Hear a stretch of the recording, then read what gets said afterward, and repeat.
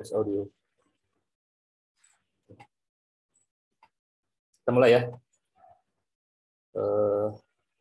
Banyak juga yang hadir. Bismillahirrahmanirrahim. Assalamualaikum warahmatullahi wabarakatuh. Waalaikumsalam warahmatullahi wabarakatuh. Kita hari ini kuliah kemudian hidrolik. Mohon maaf kemarin saya lagi di jalan, nggak keburu gitu ya. Jadi hari ini pendampingnya. Nah, yang akan saya sampaikan hari ini adalah sebetulnya pemodelan hidrolik jembatan, lanjutan dari bendung, dan pemodelan hidrolik di sungai, tapi dengan cara yang berbeda. Kemarin kan, kalau nggak salah di pertemuan kelima, saya ajarkan cara menginput geometri dari data cross yang diolah dulu kan, dari penampang yang hasil pengukuran, penampang melintang sungai ke Excel-kan, kemudian dibawa ke Eklas gitu ya, yang kemarin itu kan. Nah sekarang kita akan rubah konsepnya dengan memanfaatkan peta situasi dan peta kontur yang ada di hasil pengukuran topografi. Ya.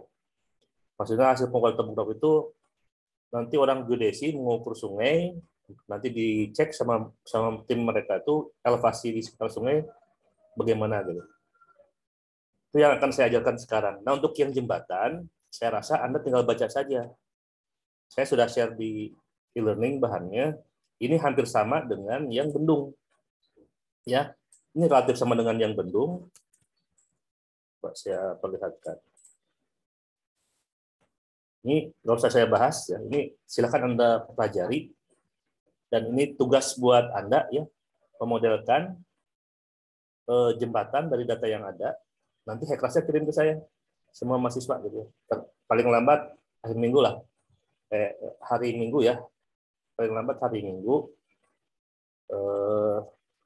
jam 9 hari Minggu, paling lambat ini tugasnya di-sharekan ke saya. Atau saya nanti kirim ke ini ya, kirim di e-learning tugas untuk pemodelan jembatan. Silakan Anda ikuti proses ini. Ya. Saya yakin setiap orang itu akan berbeda, ya. Karena tidak mungkin kalau kita memodelkan sungai itu akan sama. Dan saya akan tahu mana yang sama dan yang tidak, mana yang ngopi saya dari temannya itu saya tahu. Karena jaraknya itu kan berbeda. Penarikan ini aja berbeda nanti. Ini kan berbeda penarikan ininya tiap orang-orang, ya kan? Tidak akan sama. Termasuk juga mendijit ini nih, sungai tengah sungainya kan berbeda tiap orang. Jadi tolong jangan ngopi dari temennya, kerjakan sendiri. Toh masih lama ya, masih ada Jumat, Sabtu, Minggu gitu ya. 3 hari cukuplah model sehari dalam hitungan 1 jam aja bisa sebetulnya. Ya tolonglah diseriusi. Tugasnya ini mengerjakan ini jembatan, langkah-langkah yang sudah ada. Ini hampir sama dengan ketika saya mengajarkan Anda ke pemodelan bendung ya. Sama persis, yang berbeda adalah ini contoh jembatannya yang akan kita modelkan. Ini melintang jembatannya, kalau melintang dari arah sungai gitu ya. Ini jembatannya, ini harus dimodelkan. Ini semua cara-caranya ada ya. Terus ini masih bendung, nanti ini harusnya jembatan ya, kode jembatan sebagainya. Nah, ini semua ikuti saja. Nah, yang beda di sini. Yang berbeda ada di sini. Di sini ada kemarin kan kita menggunakan inline structure ya. Nah, sekarang kita menggunakan bridge culvert. Ini ikuti saja langkahnya, apa itu pilar dan sebagainya. Ini sudah ada di paparan saya. Silahkan diimplementasikan, dipelajari, kemudian dikirimkan ke saya. Yang paling akhir hari Minggu, gitu ya. Nanti saya siap di learning tugasnya seperti apa. Oke, deal ya. Bagian jembatan, nah, ini hampir sama dengan bendung soalnya, ya. Jadi tidak usah saya ulang-ulang lah, karena Anda sudah mahasiswa, jadi harusnya Anda bisa belajar lebih aktif lagi. Nah, sekarang yang saya akan ajarkan ke Anda adalah bagaimana memodelkan sungai dari data ini. Nah, dari data sungai. Jadi sungai itu, kalau kita memodelkan sungai, ini mutlak harus ada. Ya. Yang mutlak harus ada pertama adalah kontur. Di sini ada kontur ya. Ini kontur, biasanya kalau di orang topografi itu setiap layernya itu kan sudah jelas ya, mana kontur, ada kontur mayor, di sini ada kontur minor, kemudian ada titik-titik. Nah, titik-titik ini adalah titik-titik tinggi dari atau elevasi dari penampang sungai di cross gitu. Ini ke sini ada jaraknya, ini ke sini ada jaraknya dan sebagainya. Nanti ini akan berupa penampang belintang sungai seperti ini. Nah, penampang belintang sungai seperti ini. Nah, penampang belintang sungai yang ini kemarin saya ajarkan itu input manual ke dalam high class. Nah, sekarang saya akan ajarkan bagaimana membuat si peta situasi sungai ini menjadi suatu data DTM, data DEM, kemudian menjadi data raster, kemudian menjadi data tiren di dalam high class. Dengan high class itu baru kita bisa membuat cross-cross langsung otomatis, gitu ya, langsung otomatis. Oke. Oke, deal ya. Yang jembatan ada tugas, kemudian yang hari ini saya ajarkan adalah kaitannya dengan pemanfaatan peta situasi sungai ini untuk kita modelkan menjadi model 2 dimensi. Sebenarnya model 1 dimensi, tapi kita menggunakan data 2D ya, data tiren, menggunakan data tiren. Oke. Nah, pertama yang Anda lakukan adalah memisahkan dulu informasi dari AutoCAD ini. Yang kita perlukan hanya data kontur saja. Jadi data kontur ini kan kontur tuh, ada kontur ya, ada kontur minor dan ada kontur mayor ya. Dan kontur minornya kalau kita lihat propertinya, dia mempunyai nilai elevasi. Dia mempunyai nilai elevasi. Ya. Nah, nilai elevasi ini menjadi acuan kita untuk membuat DTM. Ya. Kita membuat DTM. Nah, kemudian selain data kontur, namanya kontur minor, ada juga yang disebut dengan kontur mayor. Kontur mayor itu kontur yang intervalnya per 5 meteran, kalau yang kontur minor intervalnya per 1 meteran. Nanti dibantu dengan titik-titik tinggi ini. Nah, titik tinggi ini kita harus tahu layernya apa. Nah, kalau kita lihat di AutoCAD, ini layernya adalah X, Y, Z ya. Nilainya adalah nilai X, Y, Z. Nah, kita simpan dulu, kita pisahkan dulu. Pisahkan data yang akan kita gunakan. Caranya di AutoCAD itu ada yang namanya quick select. Kita quick select, pilih dengan cepat, artinya yang kita inginkan adalah 2D. Kalau yang kontur ini, kalau kita properti, dia termasuk 2D polyline ya. Dia 2D polyline, atau di polyline ini layernya kontur minor. Nah, kita akan copy, kita akan pisahkan. Jadi pilihnya adalah 2D polyline, kemudian layernya itu adalah kontur minor, kontur minor, kita okekan, nanti semua akan terpilih. Yang 2D polyline, yang kontur minor akan terpilih. Kita Ctrl C, kita copy, kemudian kita pindahkan ke file yang baru. Pindahkan ke file yang baru, ya, bikin file new baru gitu ya. Baru di sini Anda klik edit, di paste ya. Tapi pastenya adalah to original coordinate. Ya. Di paste-nya adalah ke paste to original coordinate. Jadi si garis tadi akan di copy, di paste dengan koordinat yang sama terhadap aslinya. Jadi paste to original coordinate. Sudah di paste, baru Anda zoom, extend lah. Zoom, extend misalkan. Nah, ini akan keluar kontur-kontur tadi. Ini koordinatnya sesuai dengan yang sumbernya ya. Terus balik lagi ke file yang sebelumnya. File sebelumnya kita pilih yang kontur mayor. Kontur mayor yang warna biru. Ini kontur mayor. Mana ya? Kontur mayor tuh warna biru. Nah, ini jadi coklat lagi. Nah, ini kontur mayor namanya. Kalau kita klik, masih 2D polyline ya. 2D polyline, terus kontur mayor, kita quick select. Ininya adalah 2D polyline, layernya ada kontur mayor. Kita okekan, sama. Masukin ke sini. Edit, paste original coordinate. Nah, akan masuk ya. Semua kontur mayor dan kontur minor masuk ke dalam AutoCAD yang sama. Jangan lupa di-save dulu. di save, saya masukkan ke data ini, olah data situasi sungai, misalkan gitu ya. Terakhir adalah titik-titik tinggi. Nah, titik-titik tinggi ini kalau kita lihat di propertinya dia adalah teks ya, teks, kemudian layernya adalah XYZ. Jadi saya coba pilih quick select, terus yang dipilihnya adalah teks, layernya adalah XYZ. Nah, layer itu tergantung yang menggambar ya, tergantung yang penggambaran.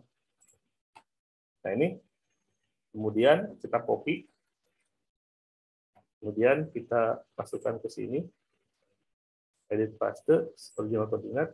Nah, ini semua akan masuk. Semua informasi titik-titik tinggi akan masuk ke dalam peta situasi ini. Ini adalah data yang diperlukan untuk di Hatteras, untuk kita memodelkan 2 dimensi. Oke. Di sini kita save. Jadi yang kita butuhkan adalah data. Jadi pemisahan data sudah kita lakukan. Ini yang akan kita gunakan sebagai pemodelan hidrolik selanjutnya. Ini kita save, tutup saja. Pengolahan data sudah selesai. Ini juga mau ditutup, silahkan kita tutup saja. Tutup saja. No. Nah, baru kita balik ke,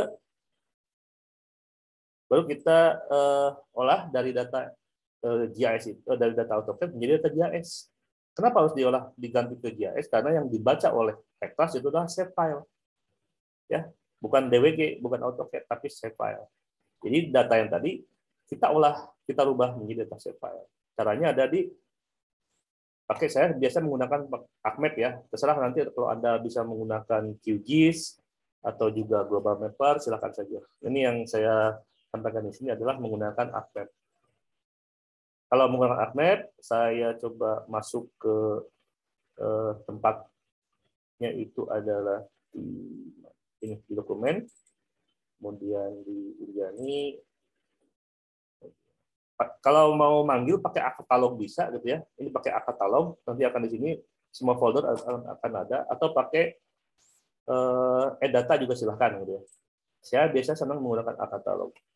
Terus di sini ada yang semester ganjil, pembuatan hidrolik, pertemuan 8, olah data sungai. Nah, yang kita butuhkan olah data sungai itu adalah yang polyline. Ya. Yang polyline dan annotation. Annotation itu yaitu teks tadi. Kalau polyline ya polyline yang kita buat. Nah, untuk di model hidrolik Hatteras kita membutuhkan polyline. Ya. Nah, polyline ini saya klik kanan, kemudian saya ekspor. Ini saya rekam, nanti saya share ya rekaman ini. Ekspor ke save file. Jadi polyline, klik kanan, ekspor menjadi single polyline. Menjadi save file polyline. Save file yang single. Ya. Kita pilih save file yang single, kita ekspor data polyline dari olah data sungai menjadi SHP. Seperti ini caranya, yang lebih praktis. Ya. Maaf, saya screen-nya enggak. Oh, maaf, sorry. Lupa saya. Oke. Nah, harusnya share-nya yang ini. Ya, share-nya keseluruhan biar enak. Biar ketika memanggil otomatis. Nah, saya ulangi ya. Ketika kita akan mengconvert data AutoCAD, data olah sungai ini yang sudah kita pisahkan dari peta aslinya, gitu ya. Kan yang kita butuhkan adalah data kontur dan data sungai, gitu ya, dan data elevasi. Nah, kalau kita sudah buat seperti ini, baru kita rubah data DWG ini menjadi data shape file, karena yang dibaca oleh Ahmed itu adalah shape file atau DTM atau Tiren gitu ya, atau raster. Nah, kemudian baru kita convert data DWG tadi menjadi data raster, data shape file. Pertama adalah saya biasanya menggunakan Ahmed gitu ya, dan di Ahmed itu ada akatalog. Katalog tuh yang ini nih. Katalog tuh yang ini. Nah, katalog nanti muncul, terus langsung Anda cari sumber datanya di mana, posisinya. Nah, tadi kita sudah memisahkan dari peta situasi menjadi data olah sungai. Nah, data olah sungai ini kemudian saya akan rubah untuk kontur, yaitu polyline. Untuk kontur sendiri polyline saya akan rubah menjadi save file.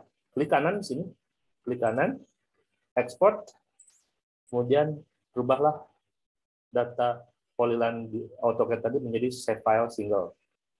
Save file single, kemudian akan muncul, ini adalah inputnya yang barusan kita buka, dan output lokasinya itu folder gitu ya. Kita tentukan output lokasinya mau di mana. Nah, misalkan saya mau di data di folder yang sama ya. Ambil, kemudian balik di pertemuan 8.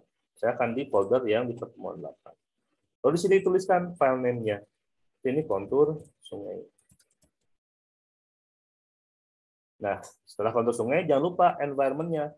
Environment-nya itu adalah untuk menentukan koordinatnya. Output koordinatnya itu di mana. Nah, saya akan sesuaikan dengan yang ada lokasinya, yang saya itu adalah 48S. Jadi zona 48S. Zona 48S. Kenapa saya ambil display? Karena sebelumnya saya sudah menentukan display saya di ArcMap-nya adalah 48S. Jadi saya merujuk ke 48S. Kalaupun tidak, Anda tinggal send as specify below ya. Specify below ini baru Anda klik di sini. Kemudian Anda cari projective sesuai dengan lokasinya di mana, UTM, kemudian WGS 84, shorten di 48S. Ini adalah proyeksi lokasi kajian kita gitu. Baru di-okekan. Nah, setelah itu tinggal di-okekan ya, di-okekan, kemudian nanti akan berubah menjadi SHP kontur sungai. Coba kita lihat isinya. Isinya kita lihat open attribute table, ini banyak sekali informasi yang sebetulnya tidak dibutuhkan nih. Ada informasi dari AutoCAD convert menjadi SHP, nanti semua layer yang ada di AutoCAD itu dibuat atribut table, tapi tidak sepenuhnya kita butuhkan sebetulnya. Nah, yang kita butuhkan adalah nilai elevasi sini. Ya, nilai elevasi. Nah, elevasinya ada nih. Elevasi 663, dan ini per 1 meteran ya. Ini per 1 meteran. Nah, ini elevasi yang ada di sekitar lokasi kita. Ini berarti kita sudah berhasil membuat peta SHP dari AutoCAD. Yang kurang adalah annotation. Ya. Titik tingginya kita buat.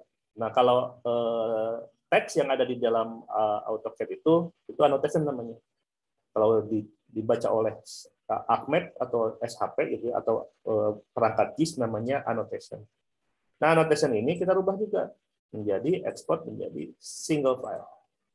SHP single file. Sini sama output lokasinya saya di pertemuan ke-8. Nah, ini baru dikasih apa nih? Titik tinggi ya, titik tinggi.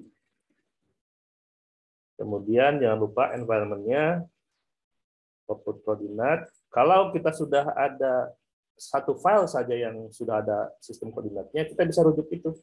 Kita bisa rujuk ke same as layer kontur sungai, misalkan. Jadi nggak usah ke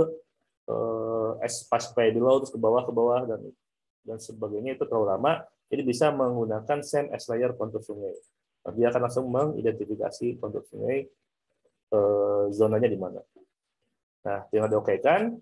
Kemudian kalau sudah selesai diokekan, nanti keluar hasil dari titik-titik tinggi seperti ini. Ini adalah kalau kita buka atribut table-nya, titik-titik ini mengandung informasi ketinggian. Itu berada di paling bawah.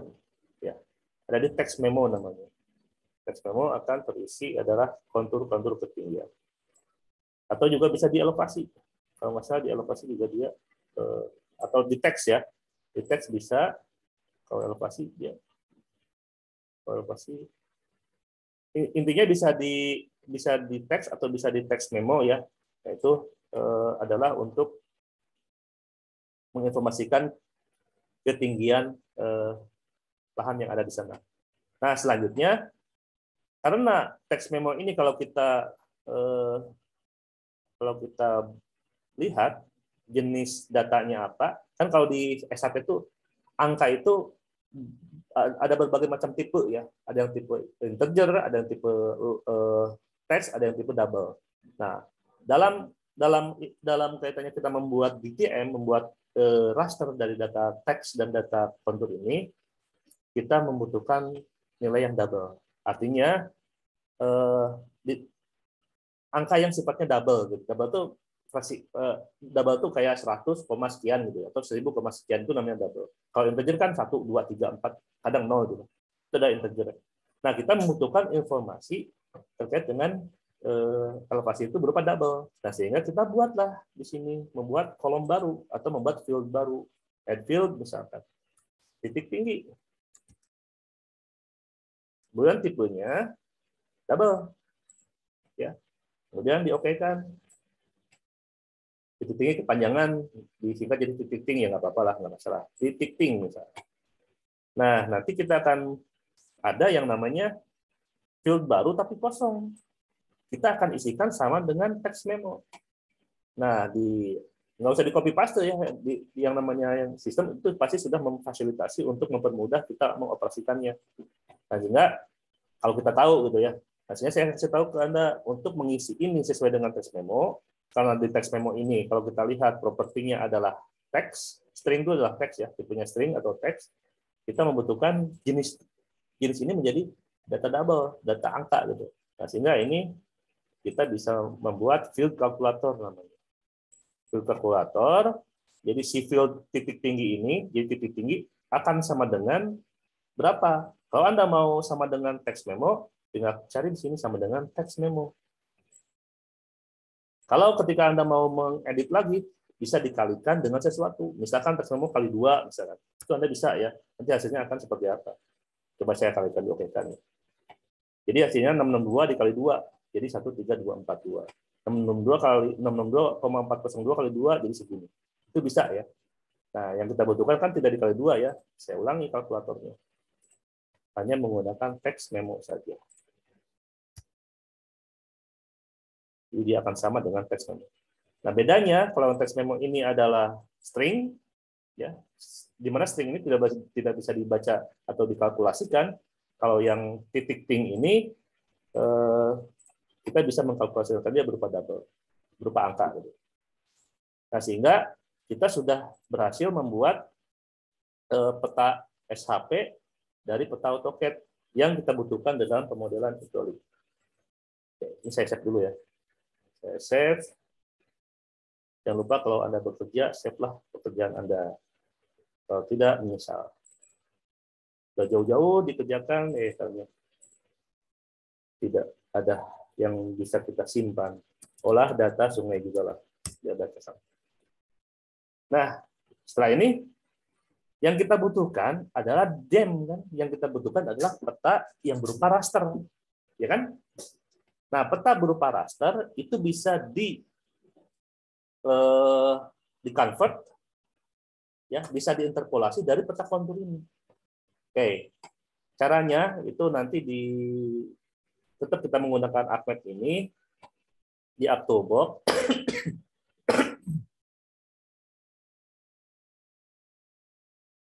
Bentar ya, ngopi dulu sebentar.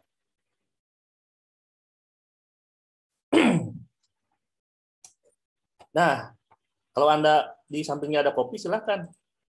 Kopinya dibuka juga, diminum, tidak apa-apa. Kalau yang belum sarapan, sambil sarapan tidak apa-apa. Kalau saya sudah sarapan tadi. Lanjut nggak? Lanjut, Pak. Lanjut. Oke. Soalnya saya merasa ngomong sendiri, nggak ada yang merespon. Ada Teh Dewi. Mbak Dewi. Siap Teh. Oke, selanjutnya saya akan lanjut ya. Sampai mana tadi? Oh, mengconvert ya. Mengconvert. Kita sekarang mengconvert dari data ini menjadi data DEM yang sangat presisi untuk kita modelkan di HECLASS gitu. Itu sangat kita perlukan.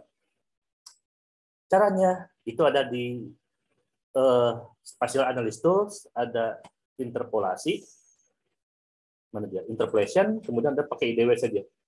Bukan, sorry. Pakai topo to raster. Jadi kalaupun nanti Anda susah mengidentifikasi di mana topo to raster berada, Anda tinggal minta bantuan ke softwarenya untuk mencari perintah topo to raster. Topo to raster. Search, nanti akan keluar opsi topo to raster seperti ini. Yang diambil topo to raster spatial analysis. Saya akan buka ini. Topo to raster spatial analysis. Akan keluar topo to raster ini. Ini adalah tools untuk menginterpolasi dari segi hidrologik ya, menginterpolasi atau dari segi BEM, menginterpolasi raster bisa dari point itu titik tadi, bisa dari line yang tadi kita gunakan kontur, atau juga dari polygon data. Kita bisa membuat data DEM di sini. Oke, yang sudah kita masukkan adalah titik tinggi dulu, misalnya kontur dulu lah, kontur sungai. Nah, kontur sungai ini saya akan jadikan raster dengan menggabungkan titik tinggi. Jadi bisa dua-duanya langsung. Kontur sungai saya masukkan ke sini, atau juga bisa ambil dari sini, gitu ya, kontur sungai. Gitu ya. Terus yang dipilih adalah field-nya. Nah, field itu tadi saya sampaikan, kolomnya apa. Nah, untuk yang kontur sungai kan tidak kita edit karena elevasinya sudah ada. Jadi field-nya itu field elevasi di sini. Terus tipenya kontur memang, ya, tipenya kontur. Jadi yang tipenya tidak usah kita rubah. Tapi untuk titik tinggi saya masukkan ke sini. Nah, field-nya itu adalah tadi yang kita buat. Field-nya adalah titik underscore thing. Dan tipenya bukan kontur. Tipenya adalah point elevasi. Point elevation. Ya. Jadi, Anda harus hati-hati ketika mengconvert sesuatu, Anda lihat dulu tipe file kita apa, tipe XHP kita apa. Kalau kontur sungai berarti dia garis kontur. Kalau titik tinggi berarti dia adalah point elevasi. Nah, kemudian output cell. Nah, output cell-nya itu mau berapa? Kalau sungainya itu relatif agak lebar, ya, misalkan ya, ini kalau menentukan output cell begini.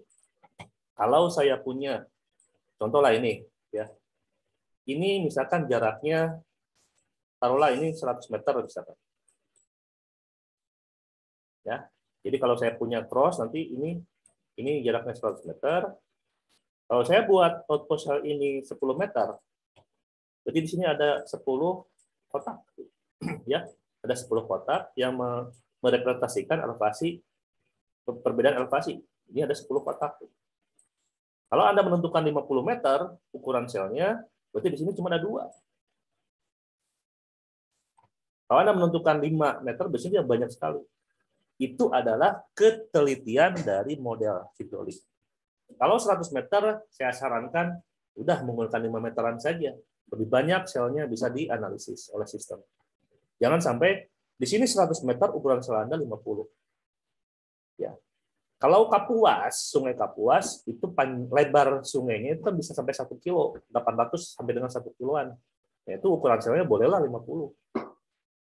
Nah, gitu. Jadi kalau kita menentukan sel, lihat dulu profil dari sungai kita. Kalau memang itu relatif lebarnya tidak terlalu besar, ya udah ukuran selnya kita perkecil. Itu gunanya menentukan ukuran sel dari topo to raster ya. Saya ambil di sini 5 meter. Ya, saya ambil 5 meter. Jangan lupa environment-nya kita set dulu. Environment kita set dulu sesuai dengan lokasi kita. Itu saya akan sampaikan di salah satu aja. Oke, setelah proses selesai, baru kita lihat hasilnya. Kita lihat hasilnya.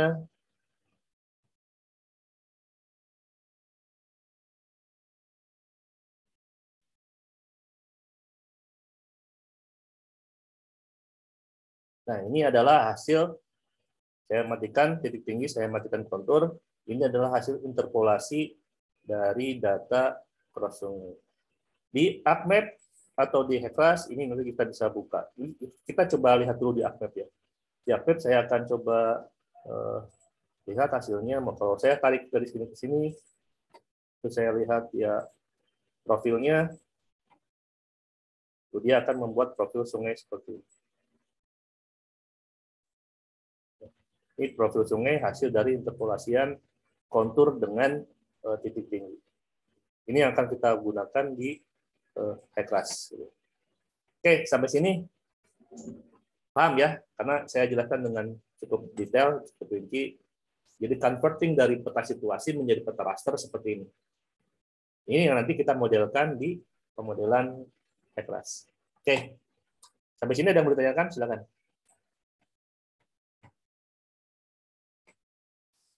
Kalau cukup jelas, saya lanjut nih.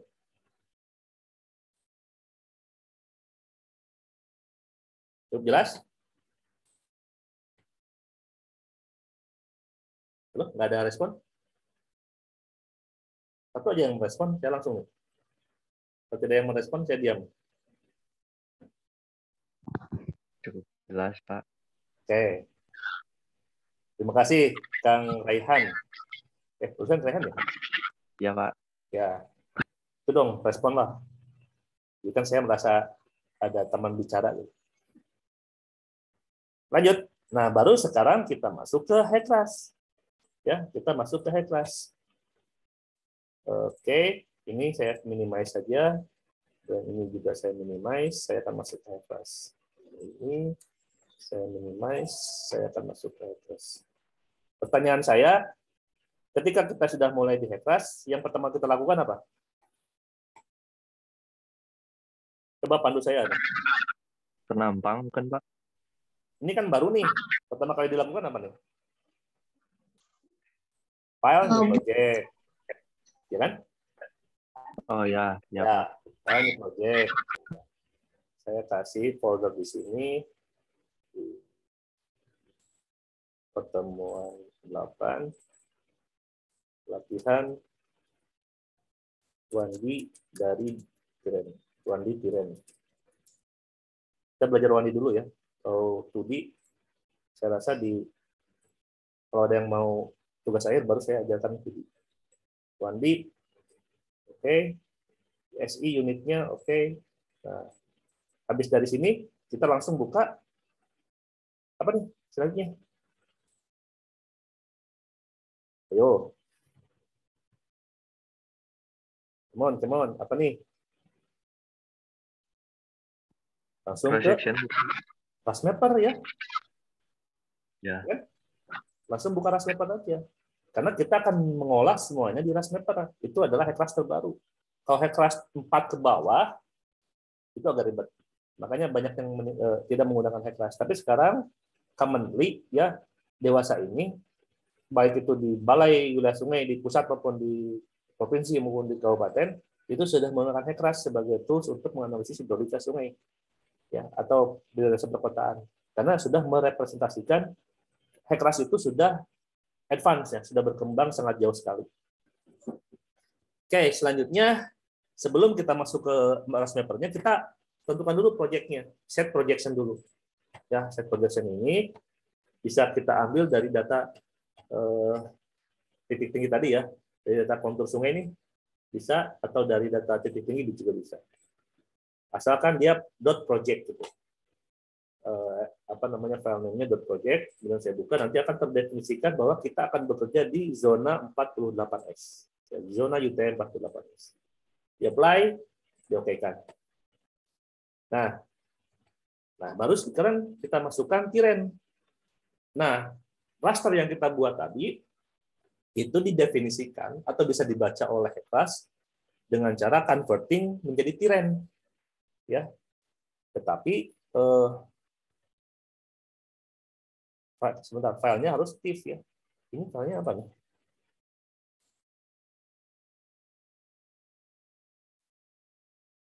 Oh, ini masih convert satu.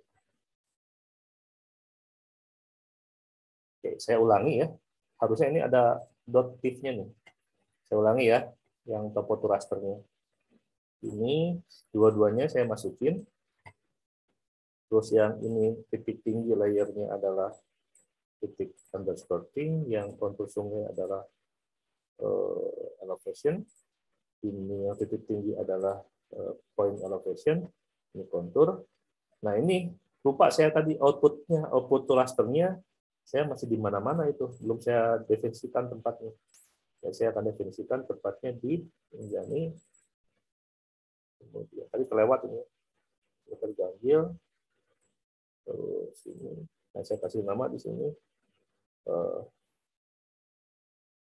Raster Citarum, jangan Citarum latihan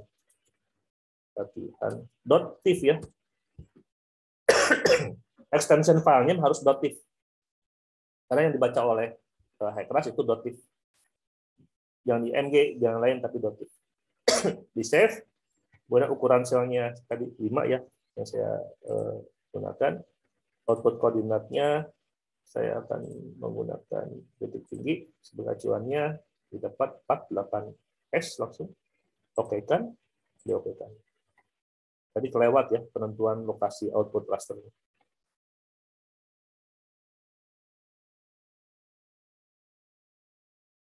Nah, itu latihan TIFF ini tidak saya gunakan. Ini raster latihan TIFF ya.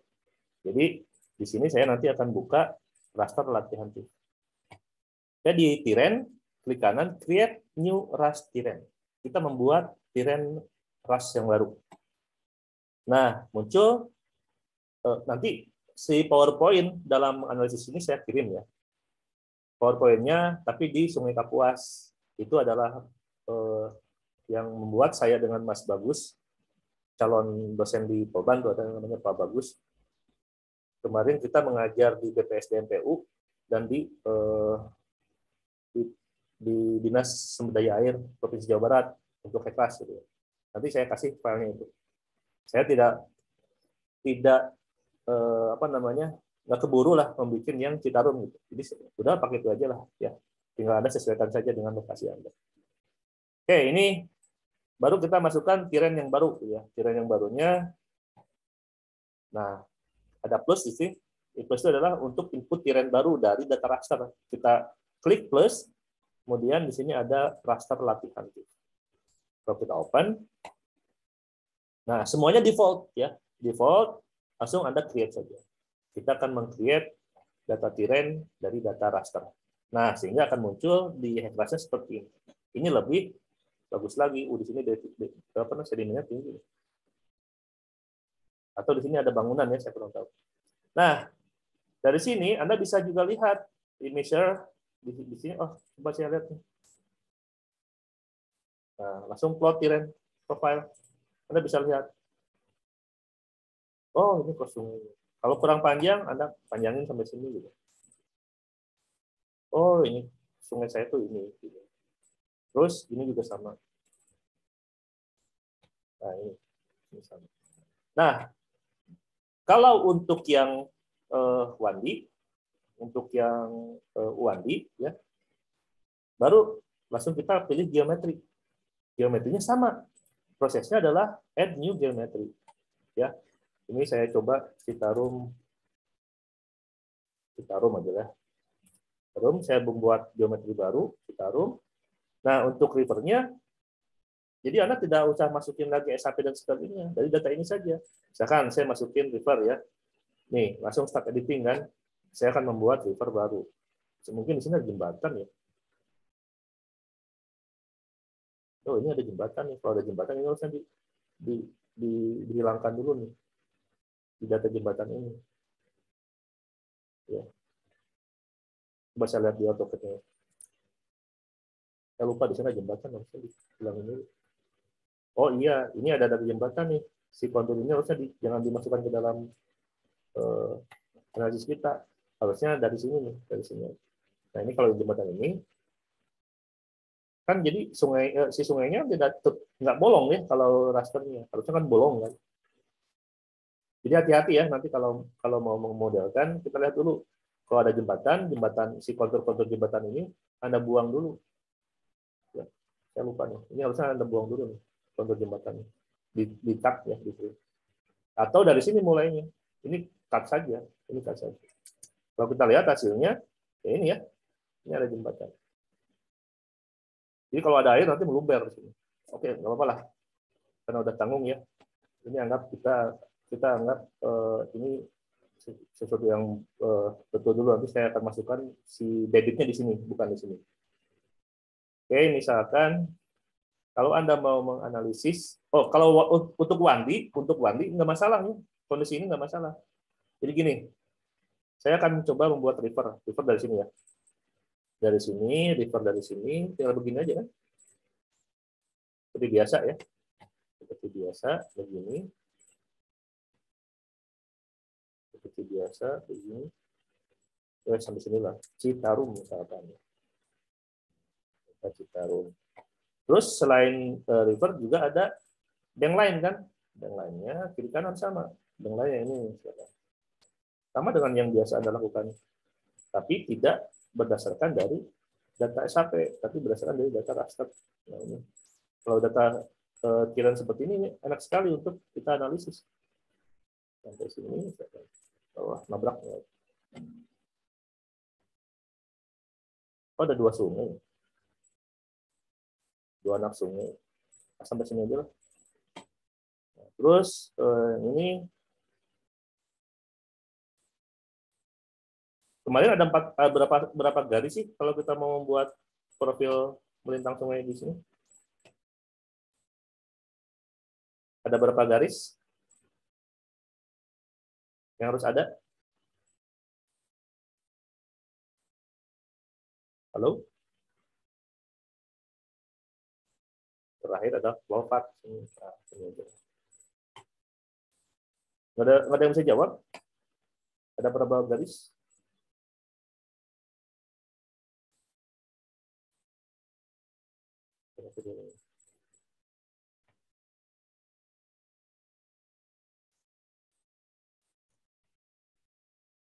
Selanjutnya, bagaimana nih? Kita sudah membuat ada 5 garis. Selanjutnya kan cross section. Betul nggak? Halo? Iya. Selanjutnya kita buat cross section. Cross section saya kemarin sampaikan left to right ya. Dari kiri ke kanan sungai, kiri ke kanan sungai. Jadi kalau ini alirannya ke sana, berarti left to right. Jadi dari sini ke sini. Saya buat cross baru. Saya buat cross baru. Saya buat cross baru. Terserah Anda mau segimana ya crossnya. Nah, yang ini hindari ya.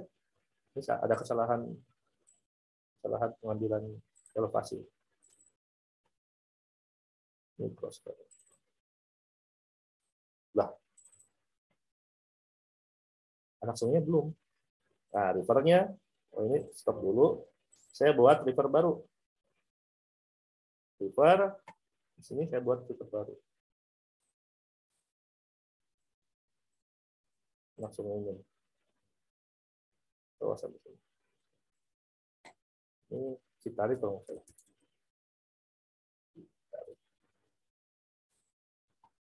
Sama dikasih bank lain juga.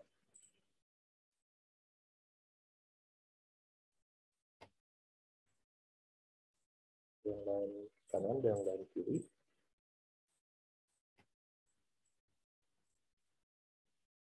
Kemudian flow path. Di sini. Terus flow path-nya di sini.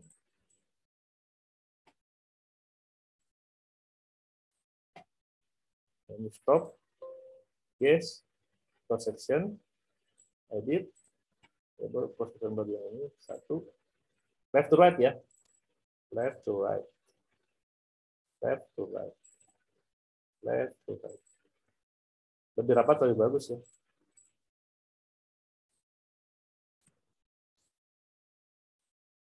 Terakhir ini. Nah, setelah itu baru saya save. Nah, ini RAS mappernya saya save.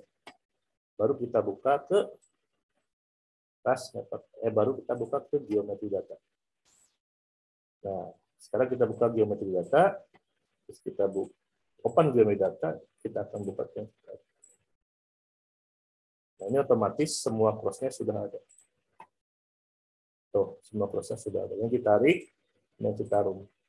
Citarum semua cross-nya sudah ada. Jadi, silakan ke Anda sekarang, enakan begini atau enakan yang kemarin. cara input datanya. Selanjutnya, kalau misalkan mau ada tinggal habis terus ini tinggal kita set menunya kan, menunya kita set. Nah, kita set ini menunya berapa 0,025 semuanya sama lah ya, dianggap sama lah.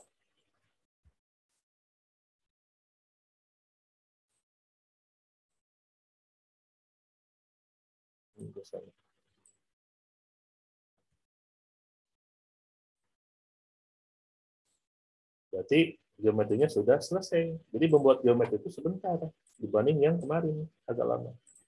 Nah sekarang kita inputkan edit unsteady flow data. Nah sebentar, ini kita belum konekkan sungai Citariknya terhadap sungai. Nah kalau mengkonekkan anak sungai ke sungai utama, caranya edit point, move. Edit point ini kita gabungkan dengan yang Citarum. Jadi dimasukkan ke dalam Citarum. Citarum ini kita bikin reach 3 yang di sebelah sini reach 3, ini reach 1. Junction 1. Nah, ini sudah tergabung sekarang Citarum dengan Citarik. Setelah itu kita save geometri, kemudian kita exit geometri datanya, baru kita masukkan sedimen boundary-nya ya. Boundary-nya kok ada banyak sekali. Di hulu, di hilir. Terusnya ada 2 nih. Dan ini mungkin belum kebaca. Oke, ini set geometri, di exit, kemudian baru kita buka unsteady flow data. Citarik dulu, Citarik hilir. Citarik hilir ini memang tidak perlu. Delete boundary, mana dia delete boundary. Yang Citarik sebelah sini nggak usah.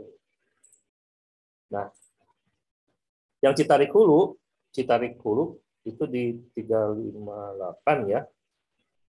358 ini kan boundary-nya flow hidrograf ya. Flow hidrograf, kita ambil datanya di kemarin itu berapa? Ini.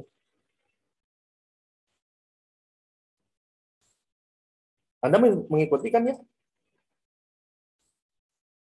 Ya, mudah-mudahan mengikuti lah. Kita buka filenya.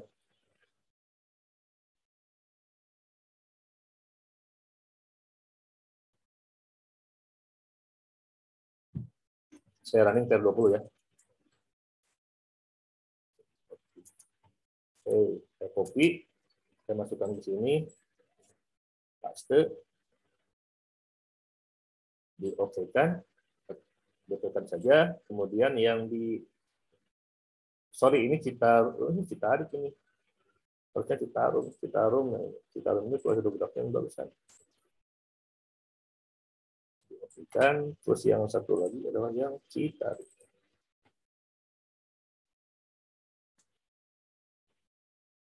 Tarik saya di tab 20 juga. Citarik ini, data ini saya ganti dengan data Citarik. Nah, kemudian yang di paling hilir, kan kita menggunakan normal depth ya, dianggap 0,00. Kita menggunakan normal depth sebagai acuannya. Save unsteady flow data, taruhlah di sini TR20. Boundary condition TR20. Oke kan? Setelah kita masukkan unsteady flow data, baru kita run unsteady flow analysis. Ini kita centang-centang, kemudian starting date-nya saya running sekarang, ending date-nya saya running sampai dengan 24 jam lah. Ini 00 misalkan. Terus ini 1 minute, 1 hour, setelah sesuai dengan default. Kalau kurang bagus, tinggal diperkecil ya semuanya. Oke, saya save dulu, saya plan menjadi plan TR25. TR20. TR20. Ini kasih TR20. Setelah itu baru kita compute. Waduh, no meaning, oh Citariknya belum ada meaningnya. Tadi terlewat. Kita buka geometri datanya di table meaning. Oh ini baru yang Citarum. Oh sungai. Nah, sungai saya set 0,025 bersama.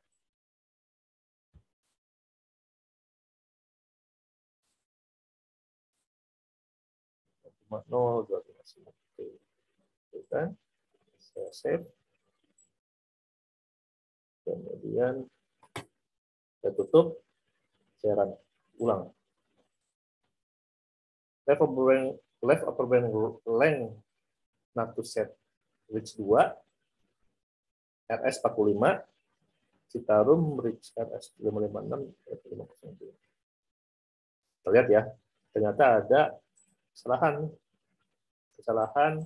left upper bank sama right upper bank yang di RS 45. Citarum RS 45, RS 45. Ini gimana posisinya? Kita tarik. Oh, karena dia berubah nih. Ini kan kita rubah tadi. Setelah ini samakan dengan ini lah, dengan channel ini. Samakan dengan channel ini. Supply data. Terus satu lagi yang ada di Citarum 556. Ini Citarum. Reach-nya adalah U1 556. Di mana posisinya? Ini samakan aja dengan satu lagi 502. Samakan dengan ini juga.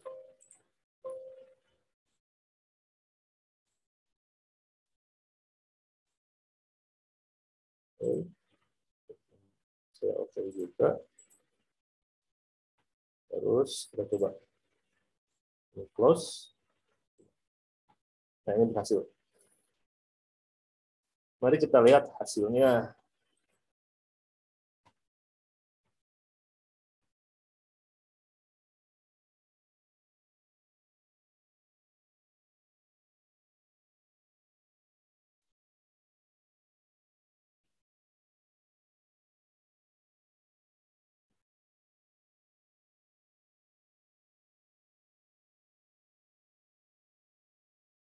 Wah, ada sesuatu yang error nih. Kita lihat ya hasilnya. Wah, bisa kolektif.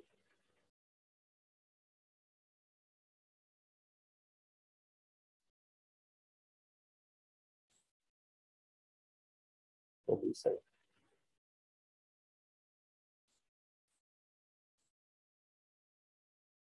Saya ulangi ya runningnya. Runningnya, cuman di sini saya akan menggunakan competition yang saya gunakan fin volume saja. Dan itu saya coba running. Saya ulangi ini dari upswing flow head lookup, prepare and the slope. Nah,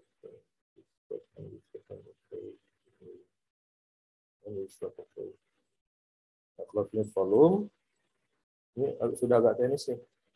Tapi nggak apa-apa, saya coba buka dulu hasil datanya. Seperti ini, energi slope-nya.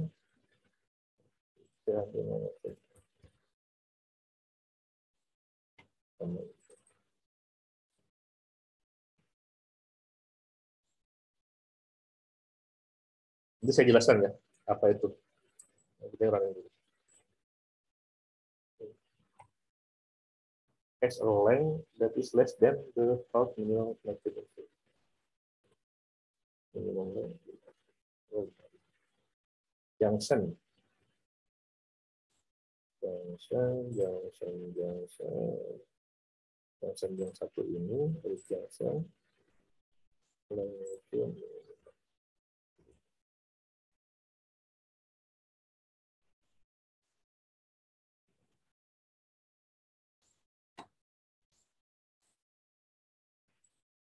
Harusnya nggak keluar ini ya. Half minimum. As a line that is less than the half minimum.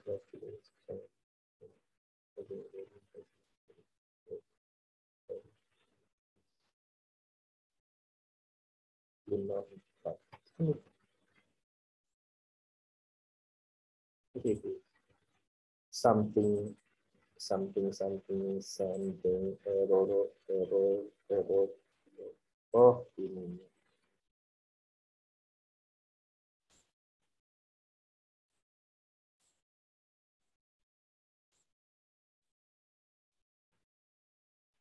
Oke.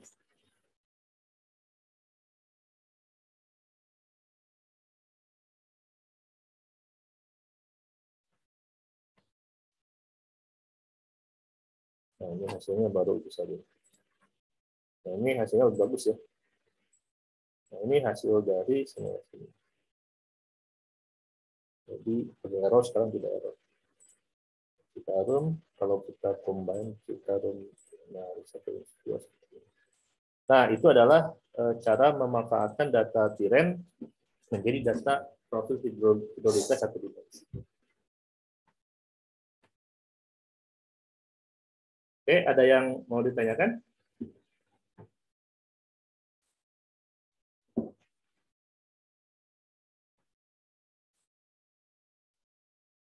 Sampai sini ada yang mau ditanyakan nggak?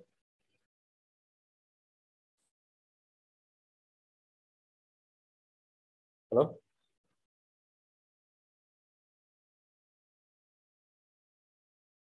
Ada yang merespon?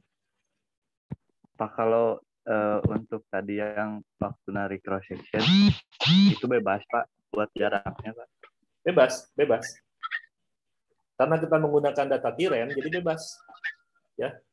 Jadi ketika kita menggunakan raster sebagai acuan inputan cross, itu bebas saja. Tapi sebaiknya sesuai dengan data cross-nya. Jadi artinya begini, di ini ada map layer ya. Map layer ini kita bisa masukkan image Google Satelit.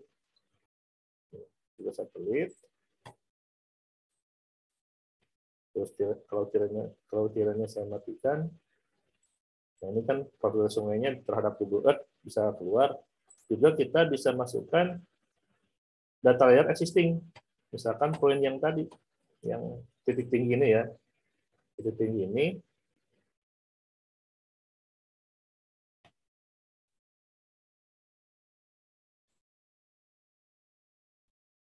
harusnya sesuai. Nah, titik tinggi ini cross-nya sesuai dengan ini harusnya nih. Ya, sesuai dengan data cross yang hasil pengukuran gitu ya. Jadi ketika kita mau membuat cross section gitu ya, di edit cross section gini, nah ini kliknya dari kiri ke kanan sesuai dengan ini, dengan titik tinggi ini. Harusnya ya, biar sama gitu. Itu acuannya. Biar sama dengan kondisi sebelumnya. Nah, bedanya kalau dengan yang kemarin, kita bisa melihat simulasi hidrolika seperti ini.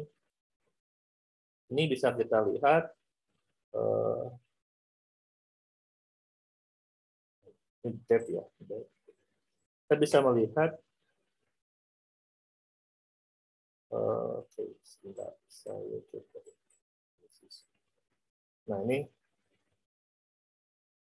kita bisa melihat oh ternyata di sini ada ini ya, ada semacam dimensi tinggi, makanya dia loncat. Nah, kita bisa melihat pergerakan air seperti ini. Bedanya dengan hasil model kemarin. Misalkan ini kedalamannya saya set levelnya, kedalamannya dari 5 meter lah, 5 meter sampai 2 meter kilogram. Ini sedikit misalkan. Nah, kita akan bisa melihat. Nah, atau juga ini kedalaman ya, kedalaman air, terus pergerakan si airnya akan terlihat seperti ini. Kita ini speednya bisa ditambah kurang, ya speed si pergerakan airnya, kerapatannya bisa ditambah, lebar juga bisa ditambah, kemudian lifetime-nya bisa ditambah. Nah, ini bisa lihat hasilnya seperti ini ya. Akhirnya bergerak. Atau juga kita lihat kecepatan, velocity. Nah, di dalam velocity pun bisa dilihat. Ya, velocity pun bisa melihat seperti ini. Oke, saya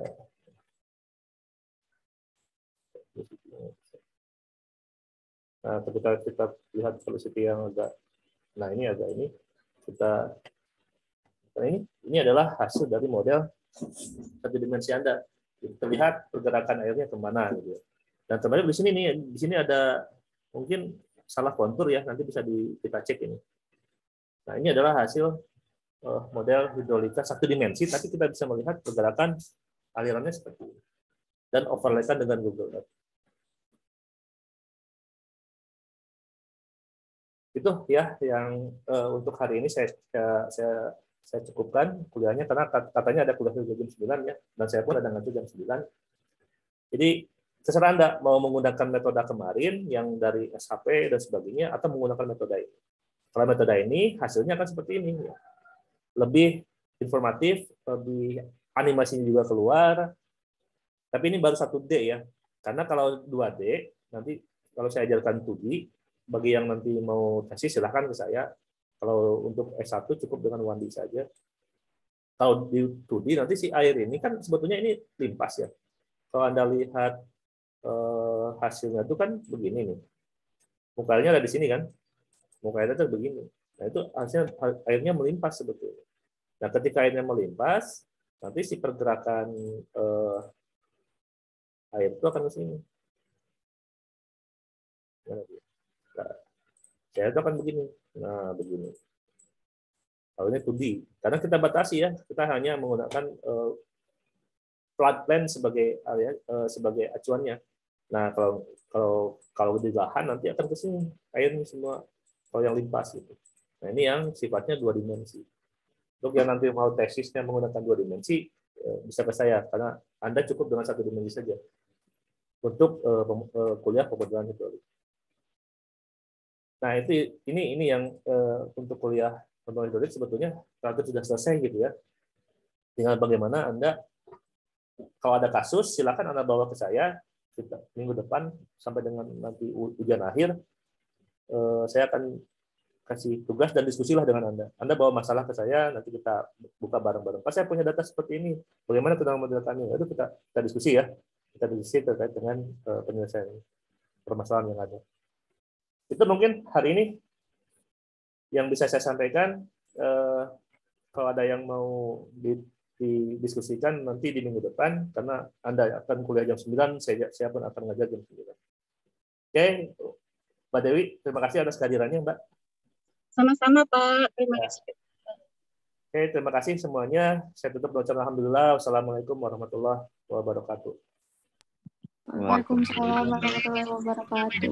Untuk rekaman saya upload di YouTube ya. Jadi kalau ada yang mau lihat di YouTube saya nanti. Ya. Baik, Pak. Oke.